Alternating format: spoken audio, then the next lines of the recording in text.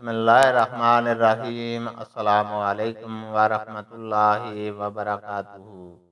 حدیث نبی صلی اللہ علیہ وسلم ہے، ابو حبیش کی بیٹی فاطمہ رسول اللہ صلی اللہ علیہ وسلم کی خدمت میں حاضر ہوئی اور اس نے کہا کہ میں ایک ایسی عورت ہوں جسے استحاضہ کی بیماری ہے، اس لیے میں پاک نہیں رہتی، تو کیا میں نماز چھوڑ دوں؟ آپ صلی اللہ علیہ وسلم نے فرمایا، نہیں، یہ ایک رگ کا خون ہے، حیض نہیں ہے۔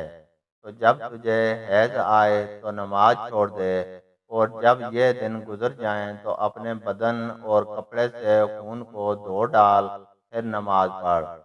شام کہتے ہیں کہ میرے باپ عروہ نے کہا کہ نبی کریم صلی اللہ علیہ وسلم نے یہ بھی فرمایا کہ پھر ہر نماز کے لیے وضو کر، یہاں تک کہ وہی حیض کا وقت پھر آ جائے۔ اللہ تعالیٰ سے دعا ہے کہ وہ ہمیں قرآن اور حدیث کو سننے، سمجھنے اور اس پر عمل کرنے کی توفیق عطا فرمائے، آمین۔